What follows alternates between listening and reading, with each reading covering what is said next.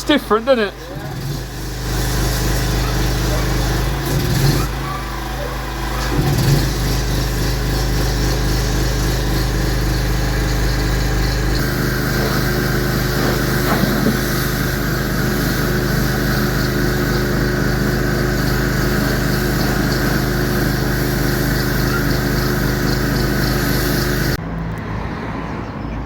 Well, the car has just had a wash. I've just paid some money to have it properly washed and valeted.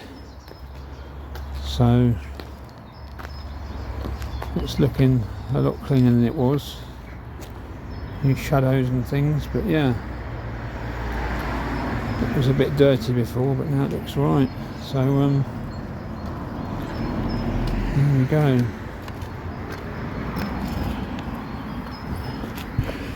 All nice inside as well.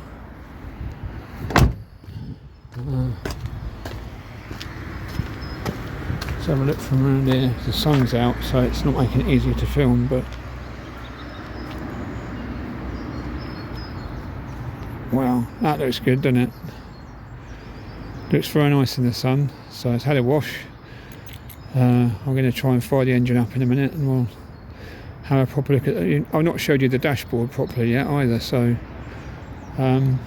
yeah, I'll have a look at the dashboard and maybe go for a start the engine up and see how that sounds. Right, well, here we are inside the car. The Buick badge on the steering wheel, Buick logo. There's the windscreen wash wipe controls. There's the mileage in kilometres. Because it's in kilometres, I'm pretty sure it's a Canadian car. It must have come from Canada originally. So I think in America it's miles per hour and in Canada it's kilometres per hour. So that's what that is. I know a bit about kilometres per hour because driving a coach, they're in kilometres as well. And 60 kilometres, what is it? No. I've forgotten now. I think it's 100 kilometres an hour is 60 miles per hour, if I've got that right. I might have got that wrong, I don't know. Yeah, me going, oh, I know all about that, and I've just proved myself wrong because I'm doubting myself. So there's the transmission indicator as well, and the fuel gauge doesn't work unfortunately, but I filled the tank up the other day, so it's got a full tank in it now. I really like this. Look at this wood effect on the steering wheel. You've got this little fake wood ring inside the actual steering wheel. Yeah, that's really cool. Limited. That's top of the range, I think. Yeah, what else can I show you in the dashboard? We've got the vent heating controls there. No, down there. Air conditioning. I don't think the air conditioning works, but I don't care. But I don't care about that. But the blower works. Everything else. You've got the original radio cassette. I don't know if that works. Haven't even tried it yet. Map light. Over here we've got the Buick Century logo and the glove box. Let's try this. Everything is a bit stiff because it's not being used much. Yeah, that's the glove box. That's blank. That's the fuse box. And then you've got a little tiny cubby thing in there. So I've actually ordered a 1982 Buick Century owner's manual to go in the glove box. It's not arrived yet. So yeah, that's that. Shut that up again. And down here we've got, see, the car I had in California in 1995 had the transmission on the side there, or it might be on the other side, but anyway it had the gear selector thing was on the steering column. Yeah, so this one's got a weird one. It's got two separate seats here and it's in the centre console, the little gear selector, and you've got storage down there, and you've got, this is leather, I believe. I think that's leather, and storage in there as well. Yeah, and there's the side panels and the seats and all of that. Yeah, so I'm going to turn the camera around a minute. Let's just hang on a second. How do we do this? There you are, you can see my face again. The face behind the voice. Right, so here I am in the car. I just want to talk a bit about it really, because I basically bought it, went out for a test drive. Well, I didn't drive it, the other guy who sold it to me drove it. Went out for a little drive around the local roads, and it seemed absolutely fine. I had no worries about it at all. And yeah, so it arrived on a trailer, transporter truck. The idea being, you know, get used to driving it at your own pace. That was fair enough. So I went out for my first drive in the car, and didn't go that well, to be quite honest, because the thing's done 9,000 miles from new. The guy that I bought it from has recommissioned it. He's done the oil change, and you know, we got it through an MOT. He got the brakes all working, and got the engine running, and he serviced it, new plugs, leads, the whole shebang. Everything's been changed, but there's some things that haven't been changed, and he admitted to me why. Because obviously he wants to make a profit on the sale of the car. He doesn't want to invest too much money in, you know. I think he did the bare basics to get it recommissioned and get it running, and it seemed to be running fine when I was looking at it. I went to look at the car twice, had a look at it under it was on a ramp under the lift. I had a look at the underside of it. It looks okay. It needs some rust proofing treatment, which is in my plan to get it done. I'm going to get the rust proofing treatment done on it at some point. But basically what happened, I took it down the road, and I went above 30 miles an hour. And I don't think the guy that sold it to me has taken it much above 30 miles an hour. It's just been local trips around the local roads. So when it went above 30 miles an hour, the gearbox was changing gears, but it was not, didn't seem to be very happy. Yeah, and I went around the town, and that was okay, but it was, yeah, it was fine around town. But on the more open roads, I went on a dual carriageway a bit, and it wouldn't go above 60. I didn't want to push it, but it didn't want to go above 60 really. I mean, that's a fairly fair cruising speed, I suppose, but still, even so, it wasn't, yeah, it wasn't happy. And I don't quite know what the issue was, but the gearbox, it was changing, but everything and all that. Basically what happened, I come back home, I didn't go too far in it because I could tell it wasn't 100% happy, and I came back down the country roads, and I did a little I had the windows down, got to a junction at one of the country roads in the village. Yeah, I came to a stop at this junction in the village, and the front wheel was making a squeaking noise. I thought, that's not good. And there was some, it smelled very hot. There was a smell of something getting very hot as well. So I come back home, I reversed it into the drive, and got out and had a look. And at that point, one of the front wheels was making a squeaky noise. The gearbox, I don't know, there's some sort of clunk noise. I don't know quite what's going on there. It doesn't sound as smooth as it should be. And I got out and I checked all the wheel centres. I've had old cars before, so if I can smell something smells hot, I just checked all the wheel hubs just by touching the centre of the wheels, and each one of the wheel centres was very hot. I thought that was wheel bearings. It may be wheel bearings, I don't know. Bear in mind, the thing's not done any miles for a long time. It's just been sat in the garage, not turning a wheel for years. This is why I'm questioning my life choices. I always knew basically it's better to buy a car with high miles that's been regularly serviced. If it's been regularly serviced and looked after but done high miles, that's not a problem. But one with low miles that's not done anything very much at all, you can have a lot of problems with that. And I think that's the situation with this car. I really like it. I like the way it looks. I've had it washed today. It looks really amazing. It looks really stunning.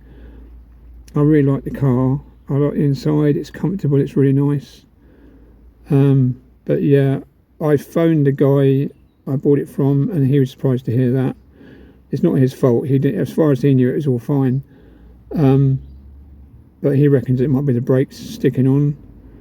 The brake fluid was on the minimum level, but it wasn't. There was some in there. It hadn't completely gone. But I'm going to check it in a minute. I'm going to check the fluid levels in a minute. I'm going to fire the engine up, and I'll just take it down the road and see if it's. I'm sure it's still be doing the same thing, but I want to just take it down the road and bring it back, and I'll put it under the cover for the night. But check the fluid levels and see if they're all right. I'm willing to bet the brake fluid's completely disappeared.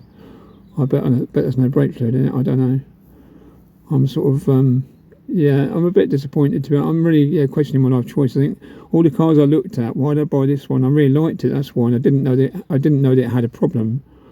I thought it was absolutely fine. But yeah, that first test drive should have been fun. I was looking forward to it, and actually, oh, hang on, your car's got problems that need sorting. But the guy that sold me it, he's going to have a look at it. It's got to go across to him on Thursday. He's not too far away, but I've got to drive it across there, and I'm just hoping it gets there without the wheels falling off. Because, yeah, if the wheels are getting hot, and it is a little bit of a drive to get there, I mean, it'd be good if it gets there, no problem, it'll be fine, and you can look at what it's doing, and they can check it out. He said they'll have a look at it, they'll get it on the ramp, and they'll work out what's happening with it, get it all fixed. But then you think, when they get that fixed, then what's the next thing that's going to go wrong with it? If I can't actually drive it anywhere, what's the point in having a car that looks nice, but I can't take it to shows? I'm not going to drive it much anyway. It's going to be limited to about, the insurance is limited to 3,000 miles a year. I'm only going to take it out on weekends and for car shows and things. But if I can't trust it to get me where I want to go, what's the point, really? So yeah, I'm feeling quite down about it, to be honest. Not happy, really. But I'll get it to the guy at the end, later in this week, and hopefully he can sort it out and have a look. And I'll take it for a quick test drive now, and if it's making any other noises, I'll bring that to his attention as well, and he can just make sure he does the test drives and find out what's wrong with it. So yeah, and the other thing was, this is just a ramble, but I will end it with firing up the car. Hopefully it'll start. So that'll be an interesting way to end the video. Yeah, but I'm just looking around it. I like the car. It's really nice. It's been getting a bit of mould inside it as well. I don't quite know. It's an old car, so I guess damp's going to get in here. I've got a one of those dehumidifying packs I've got in here, but I don't know how well it's working. So there's a place I can park it undercover. I'm going to pay to park it undercover. I've got some undercover storage lined up for it, but there's no point taking it across there because that's about 10 miles from where I live. If it's then got to come back out and go across to the garage to get fixed. So when you get to the garage, hopefully they'll get it fixed and I can get it into the undercover storage. That's the plan. Yeah, so that's quite a bit of talking. I'm just trying to sort of get it off my chest. I'm a bit, I was looking at so many different cars. I picked this one. I thought this is the right one. And now I'm thinking I could have bought anything. I mean, this is a lot. I paid quite a lot of money for this car, really. So with the mileage and the condition it's been recommissioned and everything else, I know it's going to need rust proofing. It's going to need new tyres because the tyres haven't been replaced and the drive belts haven't been replaced. I really want to get that changed. Want to get the drive belts changed. Want to get the tyres changed. But if it's not actually going to drive down the road without having problems, then what's the point, So I've looked at my options for possibly selling it. I know I won't get back what I paid for it. I probably paid over the odds for it, to be quite honest. But I just thought it's such a rare car. Where am I going to find another one? But I'll lose money if I sell it on. I don't really want to sell it on. I want to keep it and get it fixed and have fun with it. That's the plan. But driving it wasn't fun because I knew once I realised there was something wrong with it, it's taken the fun and the edge off it. But anyway, I'm going to go and check the fluid levels under the bonnet. I'll show you under the bonnet as well. I'll pause it here. Okay, so here we have the V6. It's a V6 engine, 2.8 litre in all its glory. Just checked all the fluid levels, they're all fine.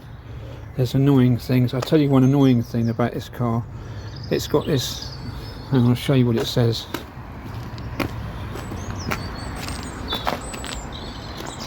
It's had this rust-proof protection put on it. Obviously from when it was new or fairly new. These bits are still crumbling off. I've got to get them fixed. That's a minor thing, I can sort it out. But yeah, that's what its rust-proofing looks like. It's this horrible stuff that's all over the, it's like some sort of, it's rough. I guess this would have been a waxy sort of finish to sort of repel water when it was new, but it's all dried out and it's all over the suspension turrets. Every sort of part of the car that's not, that you can't see from the outside has been covered in that stuff. It's all up there. It's all over here. it's not on the labels, but you see the water from when it was washed, it's all just sort of collected in here, and it's just sort of going on that. So I'd like to get that removed. I mean, there's so many things I like to do on this car. That's one of the jobs it needs. But yeah, so that's the engine anyway. So yeah, I really don't know. I was quite disappointed in my first drive in it. Hopefully you can get it fixed and we can get it going. Obviously there's going to be teething issues. It's just been recommissioned, isn't it? But still, it'd be nice to be able to drive it without worrying about something going wrong on it. But especially for what I paid for the car. But you've got a little light there in the hood. It's yeah, it's really nice. But yeah, let's fire it up and see how that goes. I'll see if I can drop the bonnet. It's got a gas strut to hold it up, so it should just drop straight down, I think. Oh no. That's it, that's down. Right, let's go for a fire up.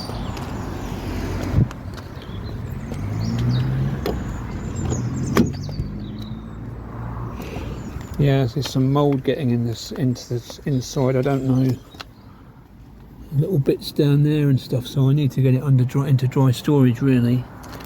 Right, I'll come back and we'll do the fire up in a minute. These electric seats, they actually work. Everything works, really. Look at that. See that? Body by Fisher, whatever that means. Right. Here we go. So you see these floor mats here are going mouldy, which isn't ideal. So I'm going to go to Halfords and get myself a new set of floor mats. Right, here we go. Let's see. Which key is it? It's one of these keys.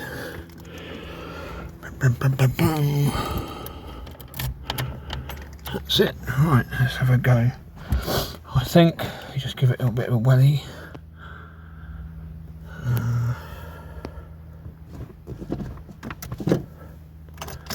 Here we go, let's see.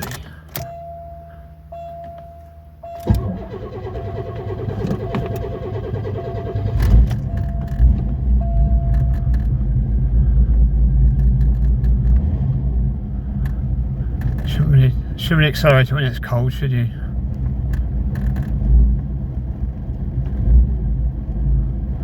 Just being gentle with it.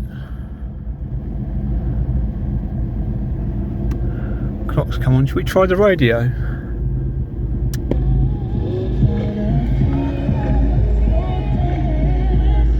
Well, that works. Better not get monetized. Well, my videos aren't monetized anyway, but right, I'm going to go for a little drive. I wonder if I can do something. Hang on, let me just. That'll do. I'll cut this bit now. So it's running. I don't want to rev it though. I'll let it warm up a bit. There we go. It's just warmed up a bit. I'm just going to listen to this, if you can hear it.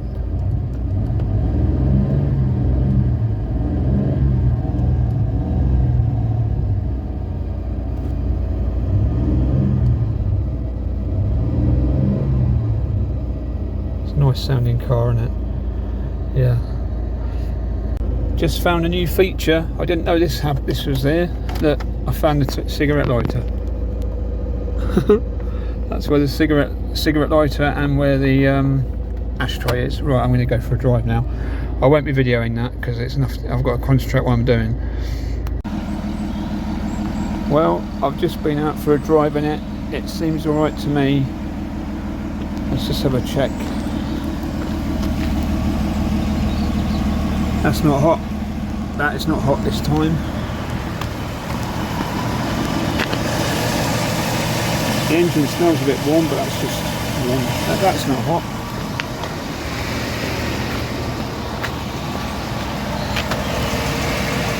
That's not hot, any hotter than it normally would be with the brakes, so that's okay. Check the last one. That's cold as well. Well, I don't know what the issue was before, but it seems to be alright now, so there we go. So I don't know what's going on. Maybe I was worrying about nothing. Maybe all is well. It's developed another fault. The battery has started cutting out. The battery terminal needs a washer on it, but we'll get that sorted. Anyway, thanks for watching. Take care. I shall see you in the next video, which probably won't be. It'll be about model cars, I should think. But yeah, so the Buick seems to be all right. So there's a bit of a relief. Quite happy about that. So thanks for watching. I shall see you in the next one. Take care. Bye. Well, it looks a bit different now, doesn't it? I've got this cover for it. Yeah, so it's undercover, so it's not ideal. I'm going to put it into undercover storage, so it'll probably be under a roof and not out in all weathers, because it's you know, it's an old car. The rubber seals around the windows aren't that great, and the vinyl roof, it needs to be indoors. So yeah, I've got a storage place sorted out for it, so I shall get it across there at some point fairly soon. But today's little escapade, went out for a drive in it, and it seemed to behave itself. It developed another fault. Yeah, the battery terminal keeps disconnecting itself. It all went dead at one point. I went to start the car and it completely died. But a mechanic, fortunately I was at a garage down the road, and the mechanic was there and he had a look at it, and his battery terminal was just one of them's a bit loose, so it needs tightening up a bit, and that's something I can do myself. Don't need to get a garage to do that. So anyway, I'm going to leave this video here. I think it's not ideal there because that's the sticky up badge. It's making a little, but hopefully the rain will just pull down there anyway. So this is a very good quality car cover by Classic Editions, so I'm hoping it will do the job. Let's just put it round the wheel a bit, so yeah, so it's not touching the ground, and it isn't. Yeah, this has been quite a long video, but I just thought, you know, I shared my thoughts about the car, and disappointed because the hubs were getting hot and everything, and it's got to go back and all that sort of stuff. But actually, yeah, it behaved itself on a little journey today, so I don't know what to do, whether to take it back to the garage or just enjoy it. So yeah, anyway, you're looking at a car under a cover. That's enough of that. Okay, thanks for watching. I am going this time. Take care. Cheers. Bye.